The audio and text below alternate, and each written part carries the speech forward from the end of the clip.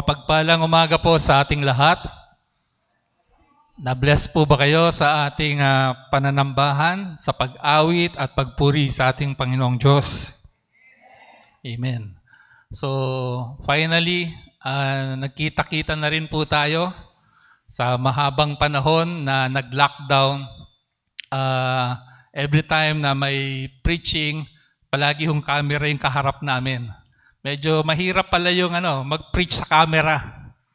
Yung walang taong nagre-react. Kasi camera na lang yung titignan natin eh. So hindi namin nakikita kung ano yung reaction ninyo. Pero salamat sa Diyos dahil ngayon po open na tayo bagamat 50% pa lang ang inaalaw ng ating gobyerno. Pero purihin ang Diyos at ako naniniwala darating po ang araw at oras na lahat po tayo libre na sasamba sa ating Panginoon. Amen po? Okay. So this morning, maganda po yung topic na ibinigay sa atin ng ating Panginoon. At ito po ay matatagpuan sa John 16:13 to 15. Okay. John 16:13 to 15. Ang title po ay Going Deeper in the Spirit of God. Kailangan po nating lumalim sa pagkakilala natin sa ating Diyos.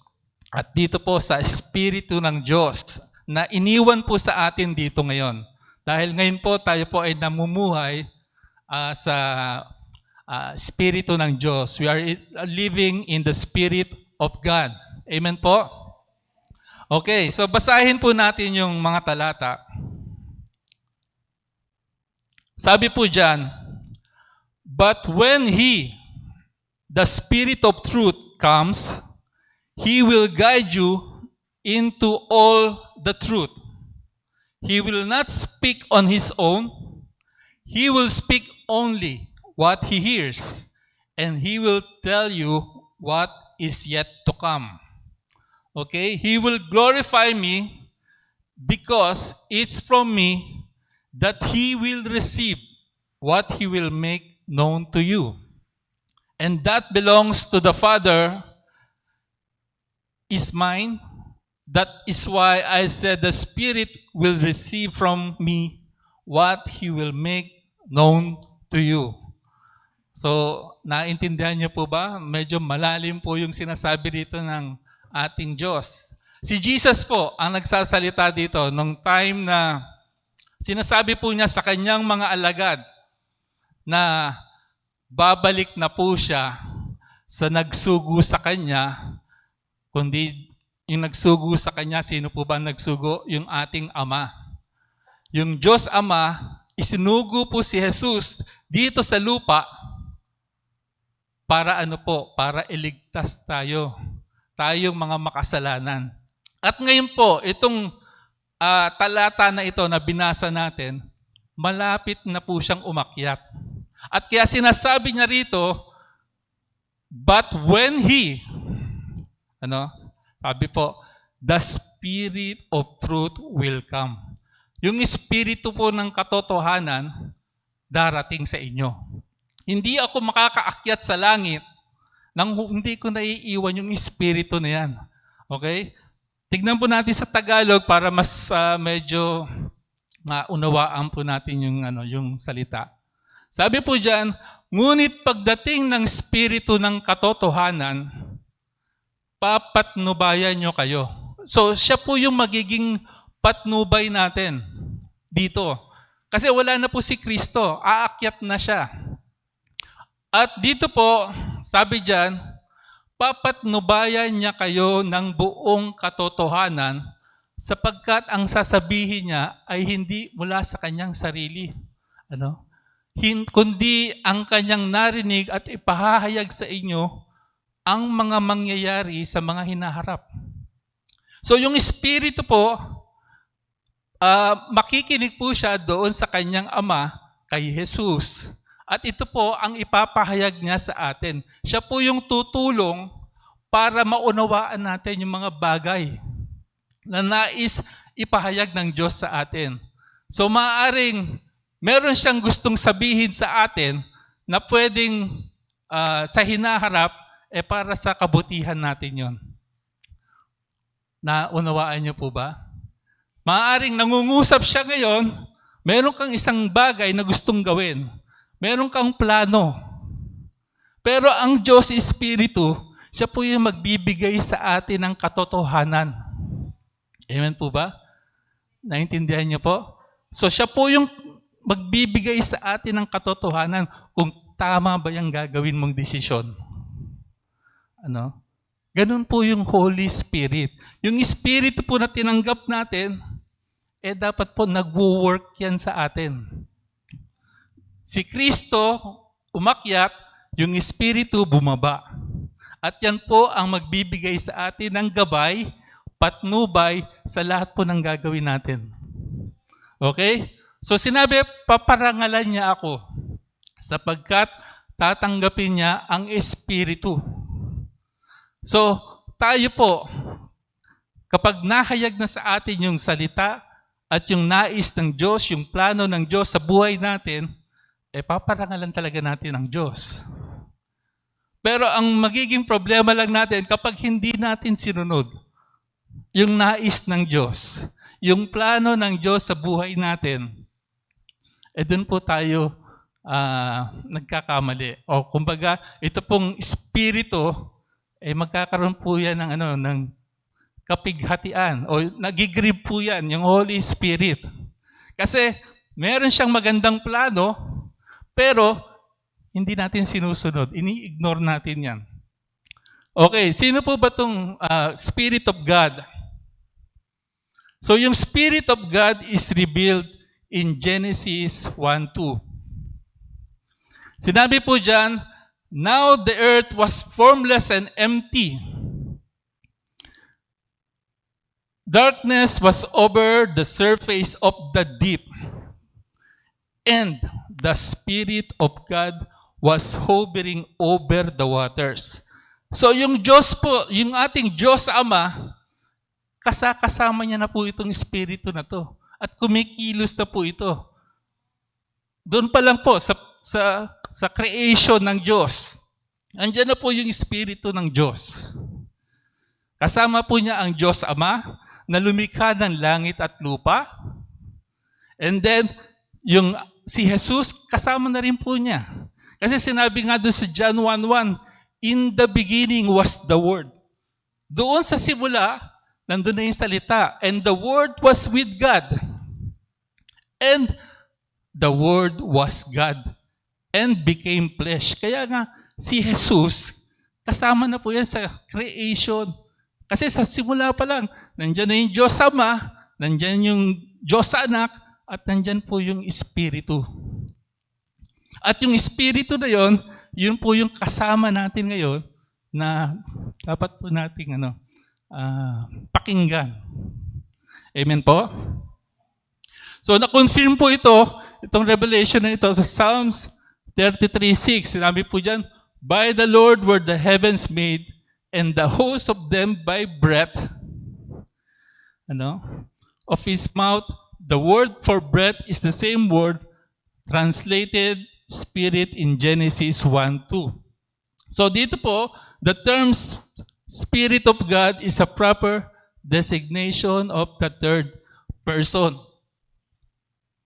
So yung third person natin, yan po yung Diyos Espiritu, yung Spirit of God. Okay. So binanggit po yung going deeper. Pag sinabing deeper, so dapat may lalim tayo. So deep to extend far down from the surface.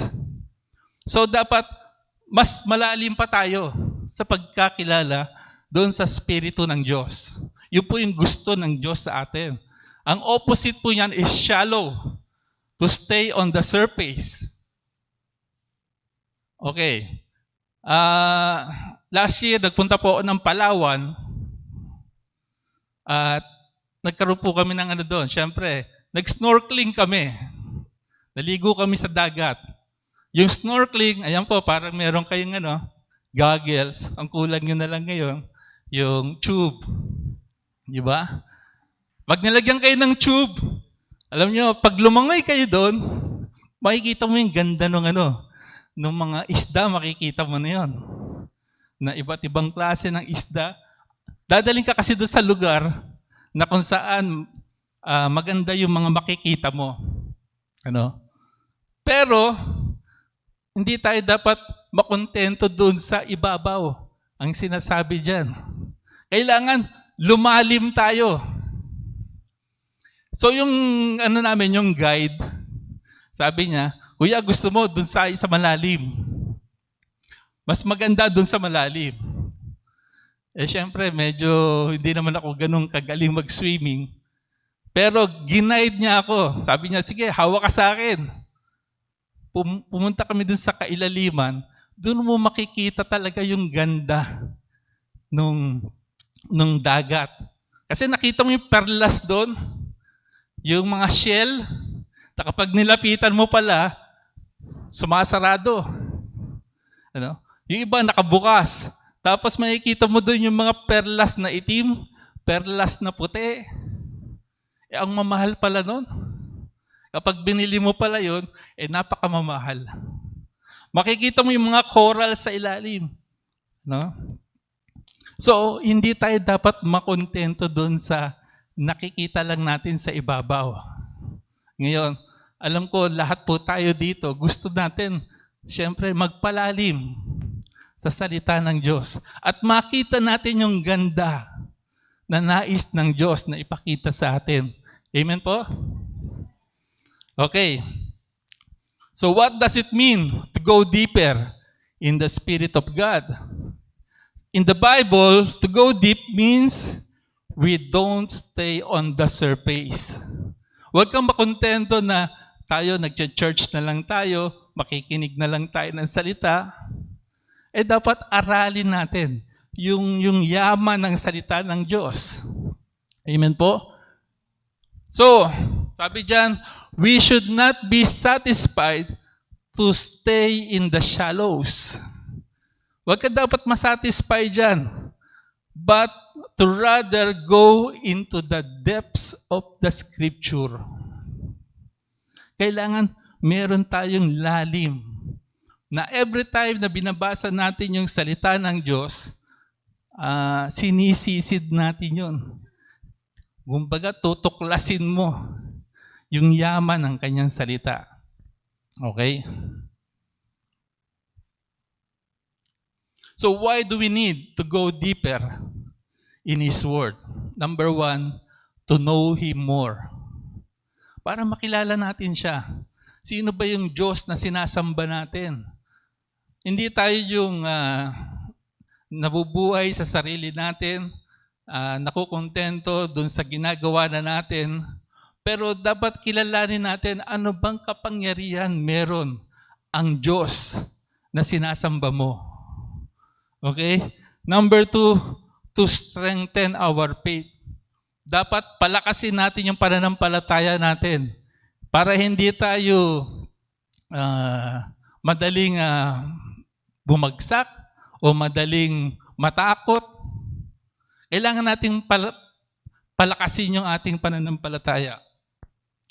To live a life that is pleasing to the Lord. So yun yung number 3. Dapat kalugod-lugod sa Diyos. Kagaya nga nung inawit natin, He is worthy. Worthy siya. So dapat yung buhay natin maging kalugod-lugod doon sa Diyos na sinasamba natin. Sabi sa 2 Timothy 2:15, do your best. Gawin mo lahat ng makakaya mo. Present yourself to God as one approved, a worker who does not need to be ashamed and who correctly handles the word of truth. Yan yung gusto ng Diyos sa atin. Maging kalugod-lugod tayo, ibigay natin sa Kanya ang lahat ng ating makakaya. So to protect us from the works of the devil. So maraming mga turo na hindi naman tama. So dapat nalalaman din po natin kung yung sinasabi ba nitong tao na to na nagtuturo sa atin ay tama. So merong deception merong curses, merong temptation. So, yan po yung kinakailangan natin na ingatan para lumalim po tayo sa salita ng Diyos. So dito po, sinabi dyan, Paul scolded the Hebrew Christian for remaining shallow believers. So pinagalitan niya yung mga believers, yung mga mananampalataya, dahil sobrang babaw at hindi po sila lumalalim sa salita ng Diyos. Kumbaga parang paulit-ulit na lang na binabanggit pero hindi po pa rin maunawaan. Minsan kapag nagkaroon ng altar call, pag sinabi, hindi mo pa ba tinanggap si Jesus? Kung gusto mong tanggapin, lumapit ka rito sa harapan. So ang gagawin natin, lalapit ulit tayo. Tatanggapin na naman natin. Alam po ninyo na nasa atin na ang Espiritu ng Diyos. From the moment na tinanggap mo siya, unless medyo nagdududa ka dun sa ginawa mong pagtanggap, nandyan na po yung Espiritu ng Diyos. At yan po yung dapat nating alagaan. Sabi po, they remain shallow believer, thus Paul challenged them to grow their knowledge and faith in God. So, kailangan po meron tayong paglago. Hindi po tayo makontento doon sa nalalaman na lang natin na okay na, ligtas na ako. Pero meron ka pang dapat gawin. Merong purpose ang Diyos sa atin kung bakit tayo iniligtas. Okay? Sabi po sa Hebrews 5:12-14, in fact, though by this time, you ought to be teachers. So ito yung purpose ng Diyos. Hindi ka dapat makontento sa ginagawa mo. Dapat ngayon, ilang taon na tayong magkasama, ilang taon ka nang nakikinig sa salita ng Diyos. Dapat ngayon, tagapagturo ka na. Yun yung sinasabi ng Diyos dito, o ni Pablo. Dapat maging tagapagturo ka na. So, kailan mo tinanggap si Kristo at ikaw nakikinig ka sa kanyang mga salita? Ako po, nakatanggap ako sa Panginoon noong 2006. So, ngayon 2020. 16 years na. Pero nagpapaturo pa rin naman po ako dahil hindi pa talaga ako ganong kalalim. Pero tutulungan po tayo ng ating Espiritu, ng Espiritu ng Diyos na iniwan sa atin ni Jesus. Amen? Pwede pong palakpakan natin si Lord.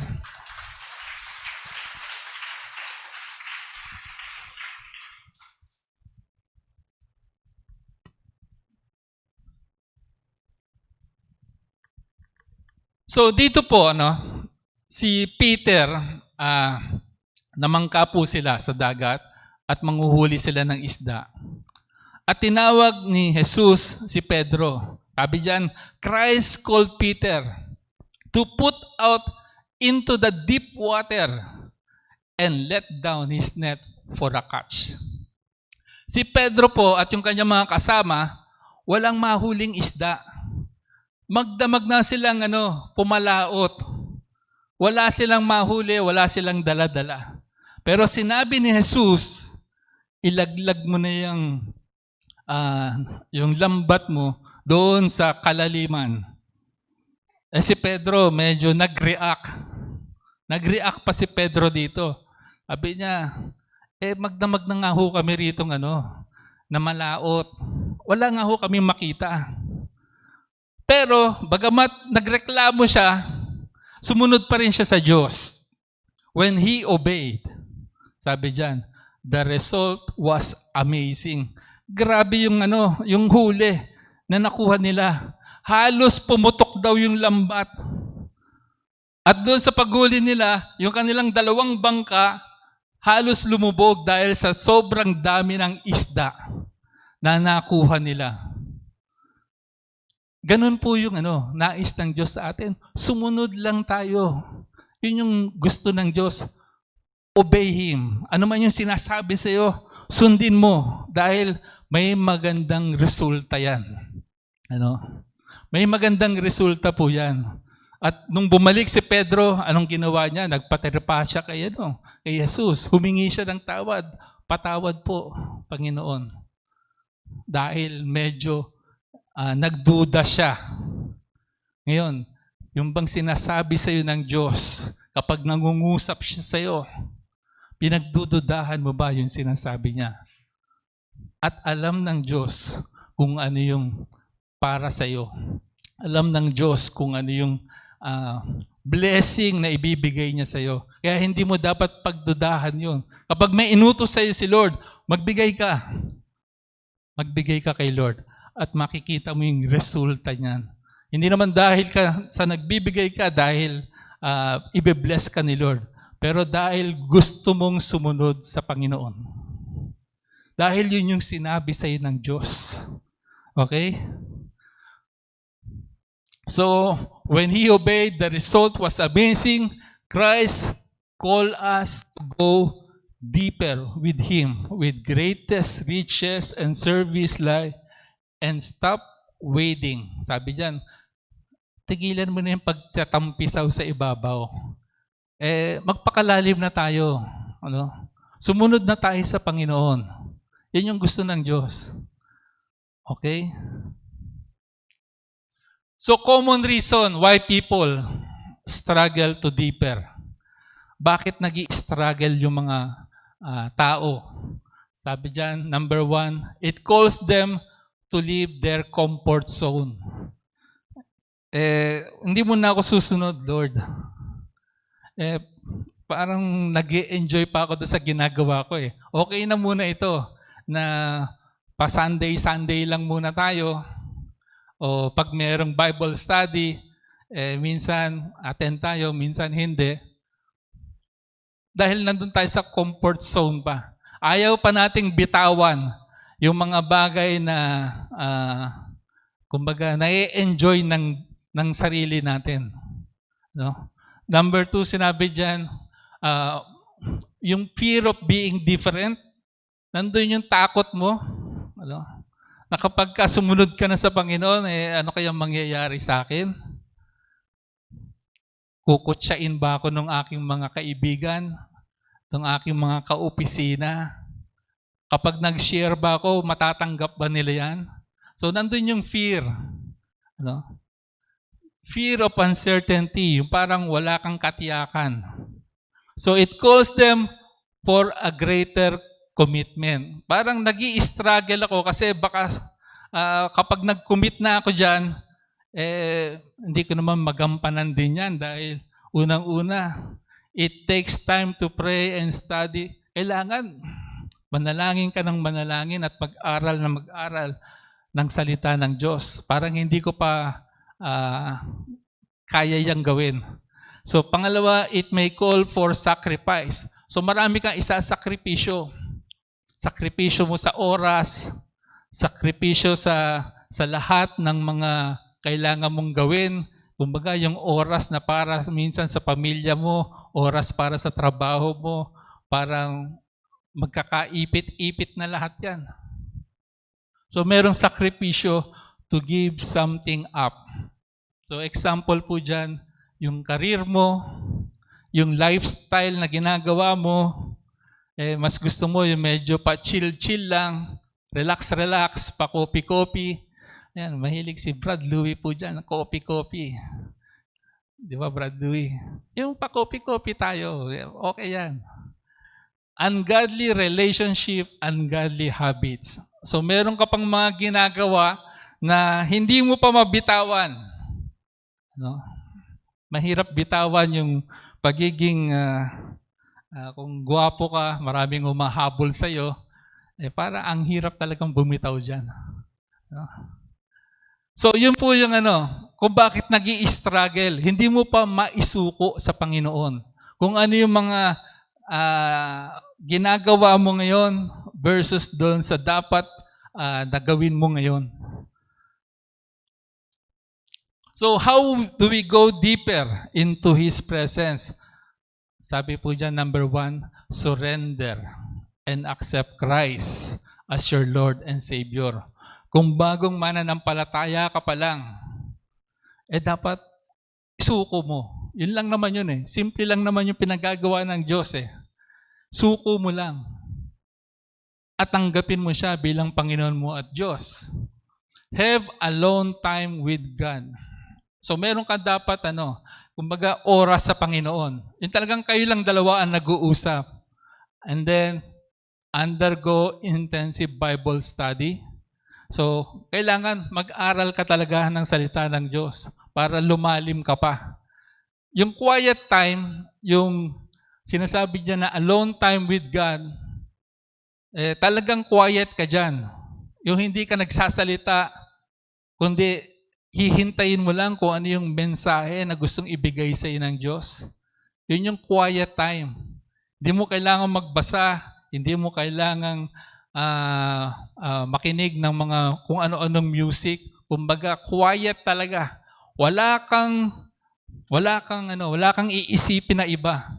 Kumbaga, yung buong kaisipan mo naka-focus lang sa Diyos, sa Espiritu. At doon mangungusap sa atin ang Diyos. Doon mo makukuha yung mensahe niya. Kaya nga, dati nung nagbabasa ako ng Bible, parang ang hirap intindihin ng Bible. Para bang walang pumapasok. Walang pumapasok sa akin. Parang ano bang gustong sabihin ng Diyos dito? Parang magulo. Pero kapag nakinig ka na sa Kanya, sasabihin niya na sa iyo, ito ang gagawin mo, ito yung gusto ng Diyos na mangyari sa buhay mo. Makinig ka lang, makikinig ka lang. Sabi pa dyan, pray without ceasing sa 1 Thessalonians 5:17. Manalangin tayo ng tuloy-tuloy. Get involved with church activities. So meron po tayo mga activities, pagamat ngayon po ay napahinto, pero meron tayong mga online prayer, meron tayong Egypt every Friday, yung men's merong online Bible study, ganun din yung mga youth. And then alam ko po yung women's magkakaroon na rin. At hintayin natin yung ating presidente dahil magkakaroon na rin po sila ng online Bible study. So, ito po yung mga dapat nating gawin para lumalim po tayo sa presensya ng Diyos. Okay? So, ano po ba yung role ng Holy Spirit in our growth? So, meron pong role ang ating Spiritu. Sabi po sa John 16:12-13, I have much more to say to you, more than you can now bear. Maraming gustong sabihin sa atin ng Diyos. Marami siyang gustong sabihin. Sabi diyan, but when He, the Spirit of truth comes, He will guide you. So, nandun yung patnubay. Nandun yung katotohanan na ibibigay niya. Sabi po diyan. So, ang kailangan lang po natin, makinig dun sa sabihin niya. So, sinabi sa kanila ni Jesus, dito, kay hahangal ninyo. Ano't hindi mo pa mapaniwala ang lahat ng sinabi ng mga propeta? Hindi ba't ang Mesiyas ay kailangan magbata lahat ng ito bago makamtan ang kanyang marangal na katayuan? So dito, tinuturuan ni Jesus yung kanyang mga alagad. Ang dami niya nang itinuturo. Pero hindi maunawaan ng kanyang mga alagad. Hindi siya maintindihan. Sinabi ni Jesus, ilang panahon na lang, malapit na, iiwan ko na kayo, pero ako ay muling babalik. Pagdating ng ilang panahon ulit, sabi niya, babalik ulit ako. Pero yung mga alagad niya, hindi maunawaan. Ano ba yung ibig sabihin ng Diyos na iiwan? So dito po sa Luke 9:22-44 hanggang 45, sinabi po dyan, Jesus repeatedly told His disciples that He was going to die. Mamamatay ako, sabi dyan, and be raised from the dead, but they didn't get it until after His resurrection. Paulit-ulit na sinasabi yan. ni Jesus. Pero itong si Pedro, sabi ni Pedro, Jesus, pwede ba sandali muna, dito muna tayo sa tabi? Bakit kailangan mo sabihin niya na mamamatay ka? Ano? Hindi maunawaan ni Peter. Bakit niya kailangan gawin yon? Dahil yun yung plano ng Diyos para kay Jesus. Kailangan niyang mamatay para maparangalan ng kanyang pangalan, iligtas tayo sa kapahamakan. Okay, sa Luke 9:44-45 sabi yan, tandaan ninyo itong sasabihin ko, ipagkakanulo ang anak ng tao, ngunit hindi nila ito mauunawaan. Hindi nila mauunawaan. Pagkat iniligid ito sa kanila, nangagamba naman silang magtanong sa kanya kung ano ang ibig sabihin nito. Nakita po ninyo, hindi rin nila maunawaan. Ngayon, hindi rin natin maunawaan. Ano ba yung plano ng Diyos sa atin? Hindi natin maunawaan yon. Ano? Pero si Jesus po yung magpapaunawa. Yung Espiritu na nasa sa iyo, siya po yung magpapaunawa sa atin. Ano yung plano? Bakit ba tayo nandito ngayon? Bakit kailangan natin maging malapit sa Diyos? No? Bakit natin kailangan lumalim pa sa salita ng Diyos? So there were other truths that they could not comprehend. Hindi nila maintindihan, hindi nila maunawaan until the Holy Spirit came. Nung dumating na yung Espiritu ng Diyos, dito na po sila napuspos ng banal na Espiritu. Sabi doon sa Acts 1:8 nga, binigyan na sila ng power. Nagkaroon na ng power. Yung kanyang mga alagad, napuspos sila ng banal na Espiritu. Nangaral sila. Isipin nyo, nagpagaling ng maraming tao itong sila Pedro. Ganun po yung pagka napuspos ka ng banal na Espiritu. You are filled with the Holy Spirit. Ngayon, ang tanong ko po sa inyo, na-experience nyo na po ba yun? Yung napuspos ka ng banal na Espiritu? Na para bang yung go ka ng go palagi? Na gusto mong mangaral, gusto mong makapag-share. Lahat ng makausap mo, kailangan ma-sharean ko to. O yung opisina namin, dapat yan, lahat ma-sharean yan. Kapag napupuspos ka ng banal na Espiritu, nawawala yung yung takot mo, yung fear mo. Parang lahat kaya mo kasi in-empower ka ng Holy Spirit.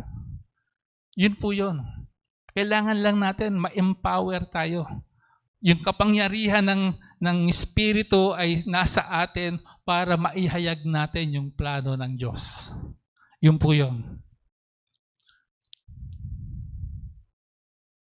So sabi dyan sa 1 Corinthians 2:9-10, however, as it is written, what no eye has seen, what no ear has heard, and what no human mind has conceived, the things God has prepared for those who love Him.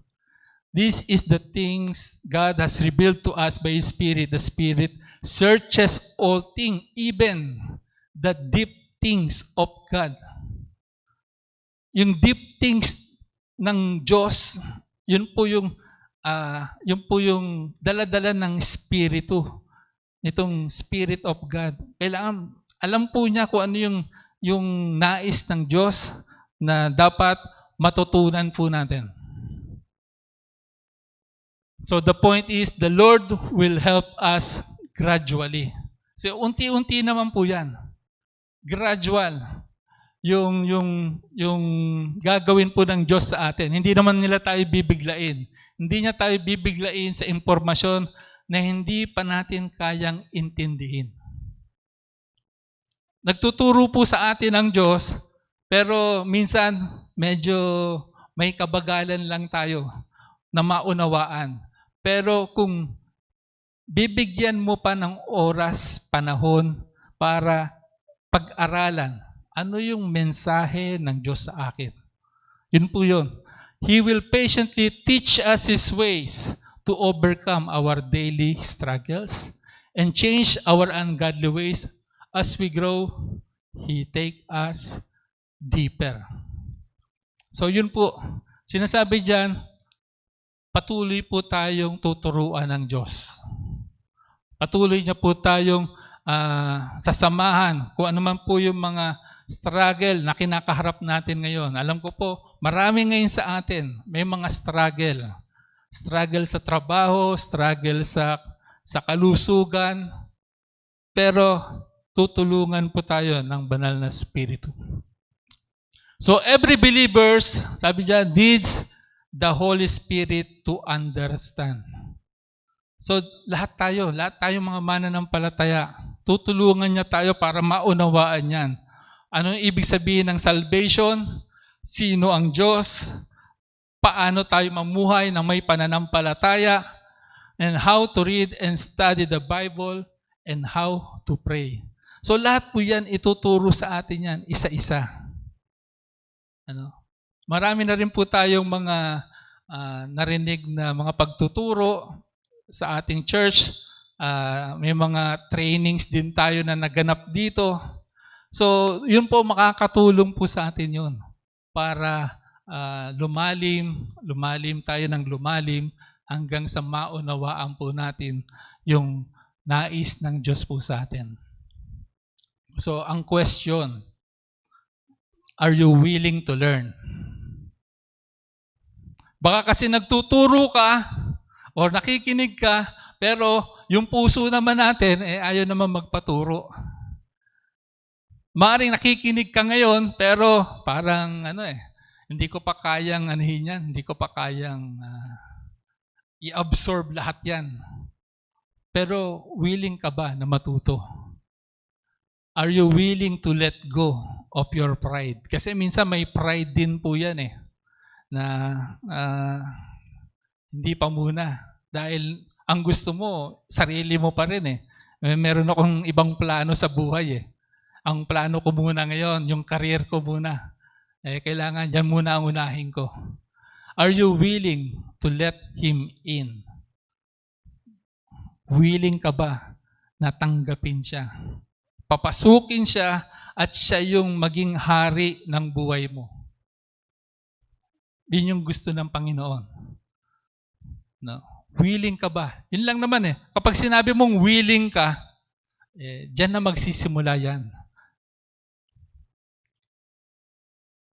So, sabi sa 1 Peter 2:2, gaya ng sanggol, kayo'y nananabik sa gatas na espiritual upang umunlad sa pananampalataya hanggang kamtan ang ganap na kaligtasan. So, ngayon po tayo mga Kristiyano, hindi na gatas dapat nga yung iniinom natin. Tayo, mga solid food na dapat. Kasi kung let's say 12 years ka na mananampalataya, dapat medyo ibang level na yung mo. Hindi na yung 1+1 ang tinuturo sa atin ngayon. Dapat na tayo, nandun na tayo sa bandang mga physics, chemistry, mga algebra na ang hirap unawain, mga formula. Pero tuturuan ka. Kasi kapag nalaman mo yung formula na yan, napakadali niyan. Kaya nga nung nag-aaral ako, iniisip ko palagi noon, bakit ba kailangan natin itong mga numbers na to? No? Ngayon ko lang na-realize, pagdating sa trabaho, kailangan naman pala niya mga formula talaga na yan. Para mapadali yung yung trabaho mo. Kasi kung wala kayong mga numbers, parang tansya-tansya ka lang. Pero kung mayroon kang formula, napakabilis. Napakabilis mong magawa yung goal na nais mo. Ganon din sa Panginoon. Ano yung goal mo sa Panginoon? Kung mayroon kang formula, alam mo lahat yan. Inaral mo lahat yan. Ayan po. Tutulungan tayo na lumago ng ating Diyos. So sa ating pong third point, yung the effects of the Holy Spirit in our growth. Sa Judges 6:15, sabi po dyan, "Pardon me, my Lord." Sabi dyan. Gideon replied, "But how can I save Israel? My clan is the weakest in Manasseh, and I am the least in my family." Sabi niya, paano kung ililigtas ang Israel? Ako nga yung pinakamahina sa aming lipi, sa aming pamilya. Yung pong Israel, nagtaksil ulit sa Diyos. Alam niyo naman po siguro yung kwento ni Gideon. Si Gideon po yung kinausap ng Diyos na iligtas itong mga Israel. Dahil sila po ay sinisira yung kanilang mga pananim ng mga Midianites tsaka ng mga Amalekites sa mga Midian. So sinisira pati yung kanilang mga baka, sinabi po doon, yung kanilang mga hayop, kinukuha. At sila po ngayon nagtago sa kuweba. Pero kinausap ng Diyos itong si Gideon. At sinabi na, ikaw yung gagamitin ko. Ikaw yung gagamitin ko para iligtas ang mga tao. Pero nagdududa itong si Gideon. Sabi niya, hindi ko po kaya yan. Pero alam niyo, ang maganda po rito, sumunod po si Gideon. Pero, ang problema ni Gideon, yung first instruction sa kanya ng Diyos. Yung instruction sa kanya, sirain mo yung Diyos-Diyosan ng iyong ama. Isipin po ninyo, kaya mo bang gawin yon? Na yung Diyos-Diyosan, yung altar na sinasamba ng kanyang tatay at ng mga kasama niya doon sa kanilang lugar, sirain niya. Kunin niya yung toro na kanilang sinasamba. Siyempre magi-struggle si Gideon. Parang hindi ko kayang gawin yon. Ang ginawa niya, kumuha pa siya ng tao para samahan siya. Dahil takot siya sa tatay niya. Takot siya sa tatay niya na ganun ang gawin niya, na sirain niya yun. Dahil yun yung instruction ng Diyos . So, meron siyang dalang 10 tao at ginawa pa daw niya yon nung gabi. Siyempre, para hindi siya mapansin, hindi makita.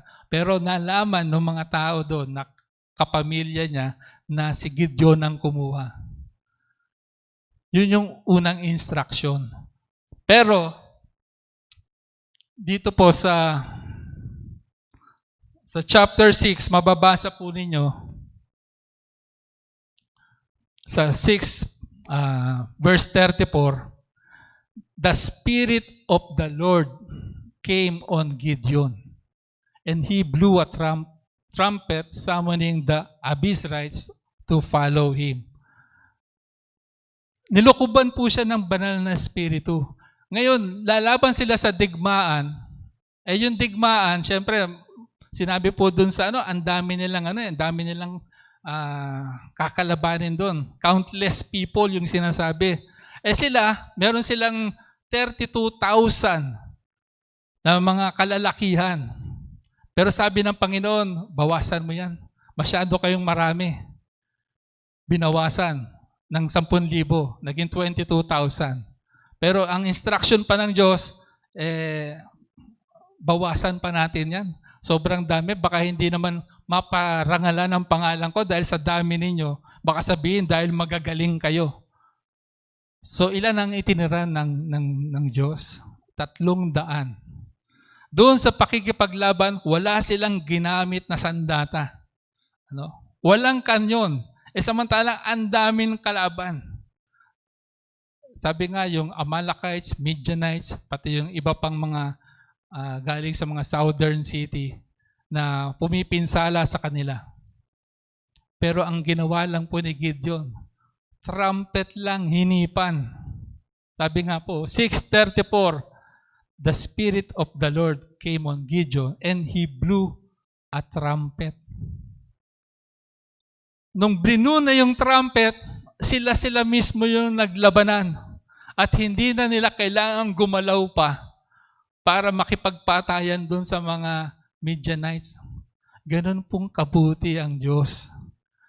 Minsan yung lakas natin, akala natin, hindi natin kaya yan, una. Pangalawa, lalaban tayo, wala naman tayong kakayahan. Pero po ang Diyos, kapag gumawa, meron siyang ibang plano para sa iyo. At yung plano na yan, ayan po, simpleng plano lang. naayos na yung problema. Ngayon, kayo po ba dumadaan kayo sa problema ngayon? Kung meron kayong dinadaan ng problema, bakit hindi natin hingin sa Panginoon? No? Baka meron siyang mas magandang plano ang ibibigay niya sa atin. Minsan hindi natin maunawaan lang ano ba yung plano na yon. Pero dapat lumalim po tayo sa Panginoon, pakinggan natin kung ano yung plano ng Diyos para sa atin. So the Holy Spirit is our divine guide who take us from room to room, revealing the riches of Christ to our soul. So, makikipag-usap po siya sa iyo. Ano man yung gusto mong ano man yung ilapit mo sa Kanya. At times we make connection between one part of God's Word and another part. So, dito po makikita natin kailangan lang nating sumunod sa Diyos. Sumunod lang po tayo sa Diyos. So how do we receive the Holy Spirit? Sabi po sa Acts 2:38-41, sumagot si Pedro, pagsisihan ninyo at talikdan ang inyong mga kasalanan. Dahil ayaw ng Diyos yung meron tayong kasalanan na dala-dala. Paano magwo-work ang Espiritu kapag meron tayong dala-dalang kasalanan? Humingi tayo ng tawad. Okay? Sabi diyan, talikdan ng kasalanan, magpabautismo kayo sa pangalan ni Jesucristo at kayo patatawarin at ipagkakaloob ko sa inyo ang Espiritu Santo. Napakasimple lang po yung nais ng Diyos na gawin natin para tanggapin natin yung Holy Spirit. So sa Romans 8:9-10, sinabi diyan, malinaw po yung sinabi diyan. You, however, are not in the realm of the flesh, but are in the realm of the Spirit. So makikita niyo po yan, the Spirit. Hinighlight ko po dyan. If indeed the Spirit of God lives in you. And if anyone not have the Spirit of Christ.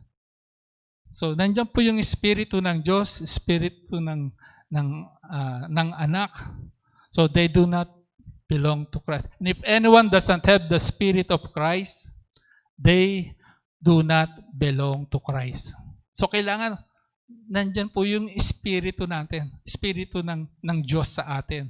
Spirit of God, God the Father, Spirit of Son, si Jesus, at yung Holy Spirit. So dapat kumpleto po yan. Dahil yan po yung tatlong persona ng Diyos. At yan po yung ating pinaniniwalaan. Merong iisang Diyos na merong tatlong persona. So, but if Christ is in you, and even though your body is subject to death because of sin, the Spirit gives life because of righteousness. So sa Ezekiel, sinabi po dyan, sa Ezekiel 36:26, bibigyan ko kayo ng bagong puso. Bagong puso ang ibibigay sa iyo ng Diyos. Kung yung puso mo dati, yung luma mong puso, punong-puno ng galit, punong-puno ng kasalanan. Ito po yung pangako ng Diyos. Yan po yung pangako, na bibigyan ka ng bagong puso at bagong espiritu. Ang masuwayin ninyong puso, sabi diyan, ay gagawin kong masunurin. So dati, hindi naman tayo sumusunod talaga sa Diyos Kung ano yung gusto natin gawin, gagawin natin yon. Kahit na alam natin kasalanan yan. O minsan, yung kasama natin, kaibigan natin, yung anak natin, asawa natin, minsan sinasabi natin, tayo yung nagpupush na magbago. Pero dito po, ang sinasabi ng Diyos, yung Espiritu po ang magbibigay sa atin ng bagong puso. Hindi yung ibang tao. Na kapag tinanggap mo si Jesus, bagong Espiritu na yan. Bagong puso na dapat ang nandyan. At yung luma, tinatanggal na po natin yon. Bibigyan kayo ng Espiritu upang makalakad kayo nagdoble. Sa aking mga tuntunin at masunod ninyong mabuti ang aking mga utos. So, yung pong Espiritu, yan po yung tutulong sa atin para lumakad po tayo at masunod po yung utos ng Diyos. Hindi yung sarili mo yung nasusunod, yung sarili natin.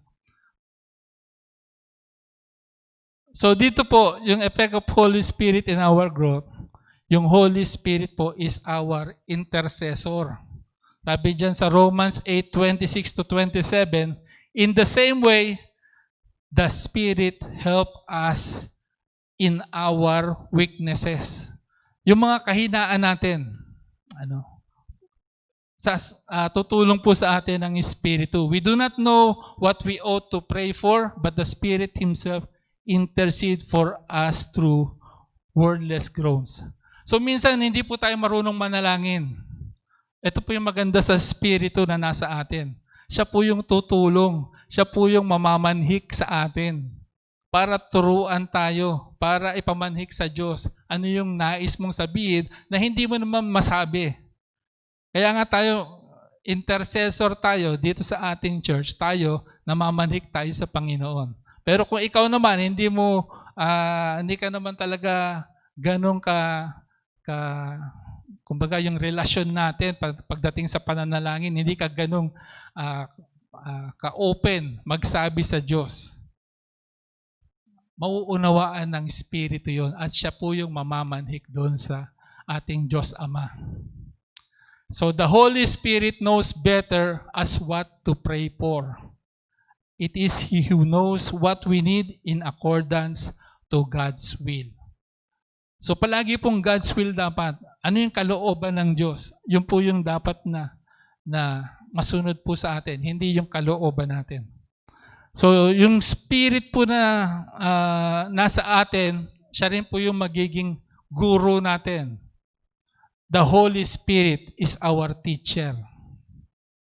Sabi dyan sa John 14:26, but the Advocate, the Holy Spirit, whom the Father will send my name, will teach you all things. Teach you all things and will remind you everything I have said to you.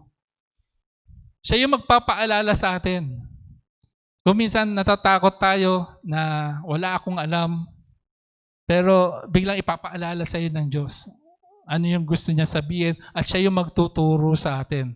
So the Holy Spirit will enlighten us with the truth. He will help us understand why we should obey His word. So He will teach us how to implement His word in our lives. So hindi lang po yan, He dwells in every believer.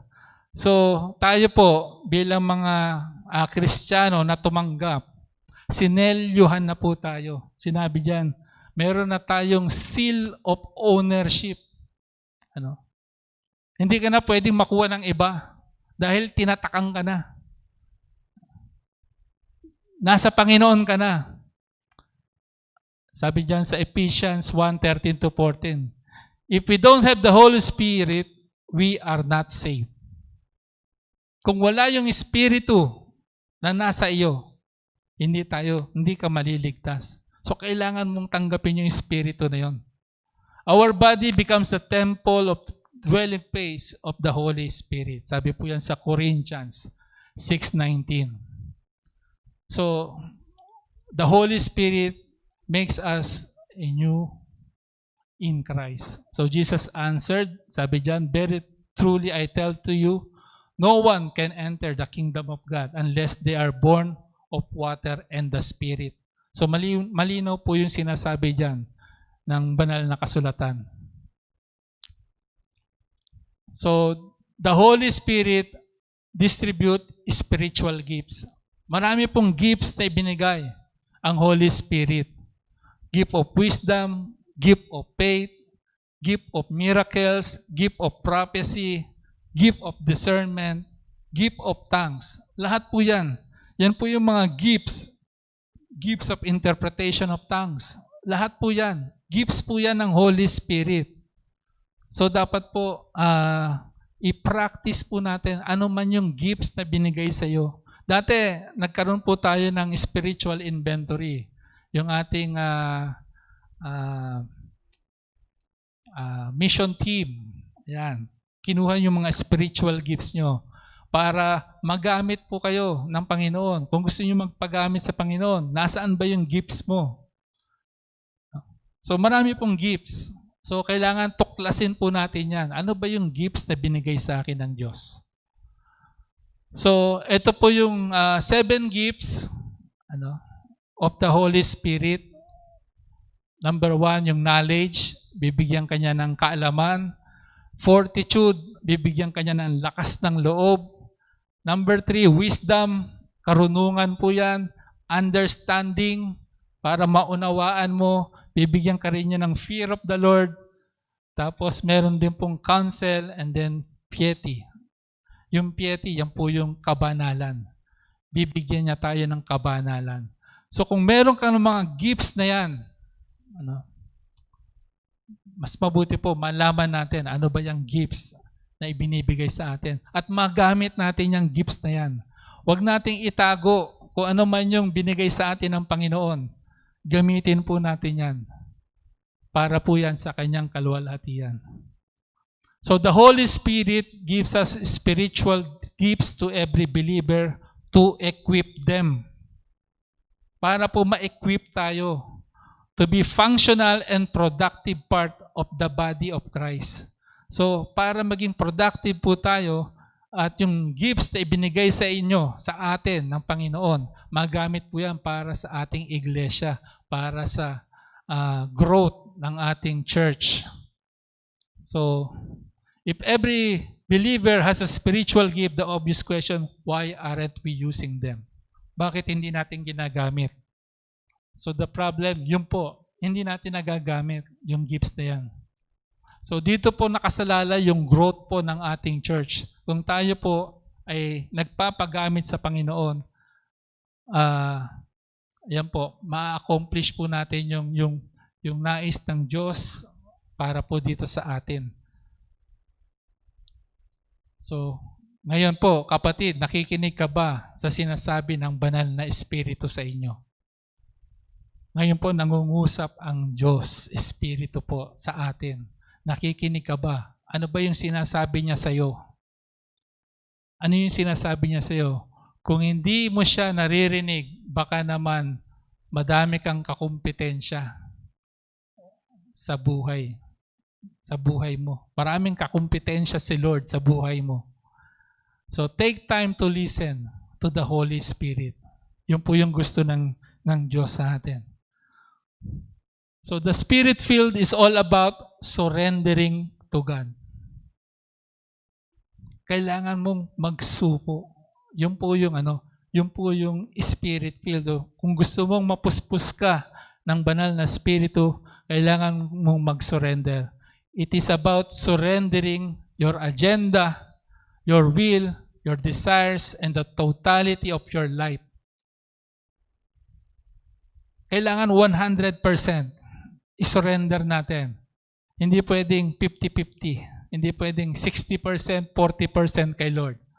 To be filled with the Holy Spirit naturally means that are not filled with self.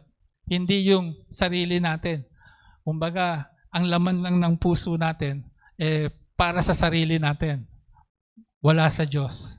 So, ito po yung major problem ng many Christians. They are too filled with self and not filled enough with the Spirit of God. So, sa ating pong pagtatapos, sinabi po dyan, the Lord wants to apply His teaching to our walk with God. Is the Holy Spirit progressively guiding you in all the truth? Okay? Do you see His personal ministry in your life as He works to conform to you, to Christ? Sabi, to walk in the Spirit means to depend on Him.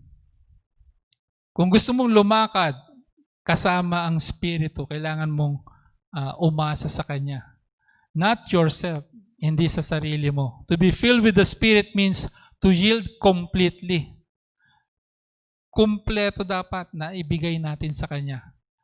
So that He controls your life. Sabi nga, it's a long life process, but you should be practicing it every day. Okay? So ngayon pong umaga, meron po akong nais ko pong kantahin natin itong awitin na ito. Damahin natin yung Espiritu ng Diyos. Pwede po ba tayong tumayo at awitin natin ito?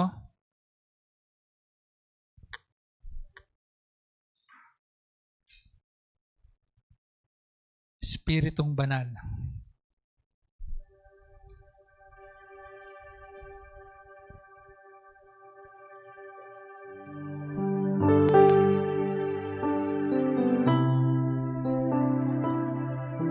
Ang Diyos po nangungusap ngayong umaga sa atin.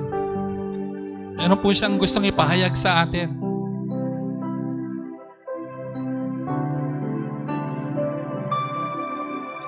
Espiritong Banal, kailangan ko. Kailangan natin si Lord. Kapangyarihan, pagsama mo. Puso'y umibig, nabibighani sa'yo. Sa piling mo, ako ilalako. Espiritong Banal, kailangan ko. Ang kapangyarihan, pagsama mo. Puso'y umibig, nabibighani sa'yo. Sa piling mo, ako ay lalako. Ako'y lumalapit, ang buhay ko ay sa'yo lang. Akayin mo at angkinin, puso'y pagninasin. Di maikukumpara, ang buhay na mamasdan ka. Sinasamba't minamahal kita.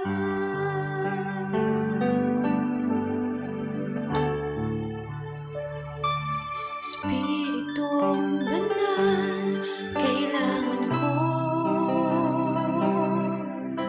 Ang kapangyarihan, pagsama mo. Puso'y umibig, nabibighani sa'yo.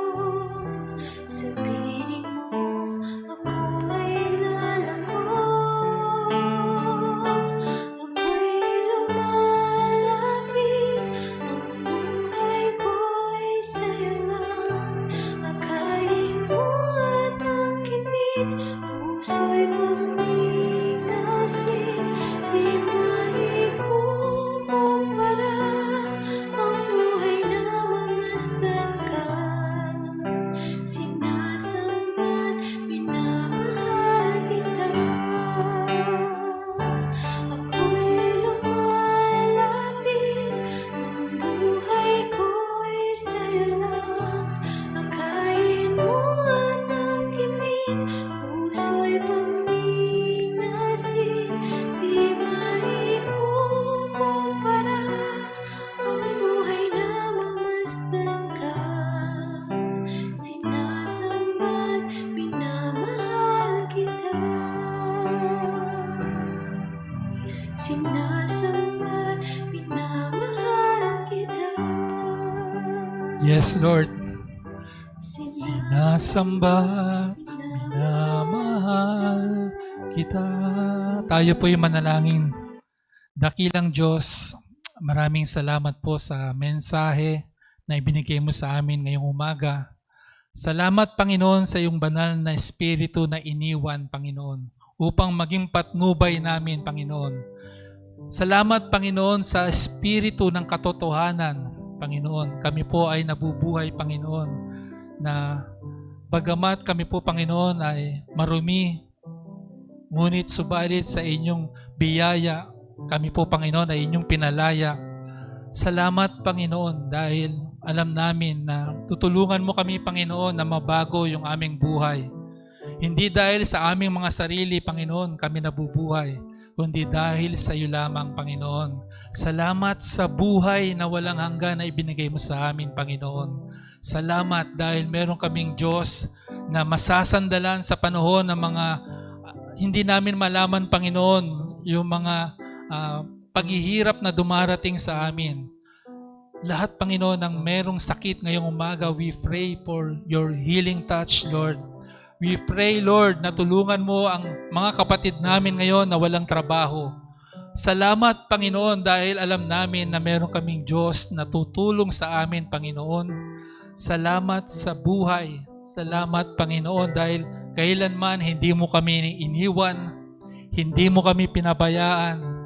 Salamat, Panginoon, dahil isa kaming maruming basahan, Panginoon. Nilinis mo kami.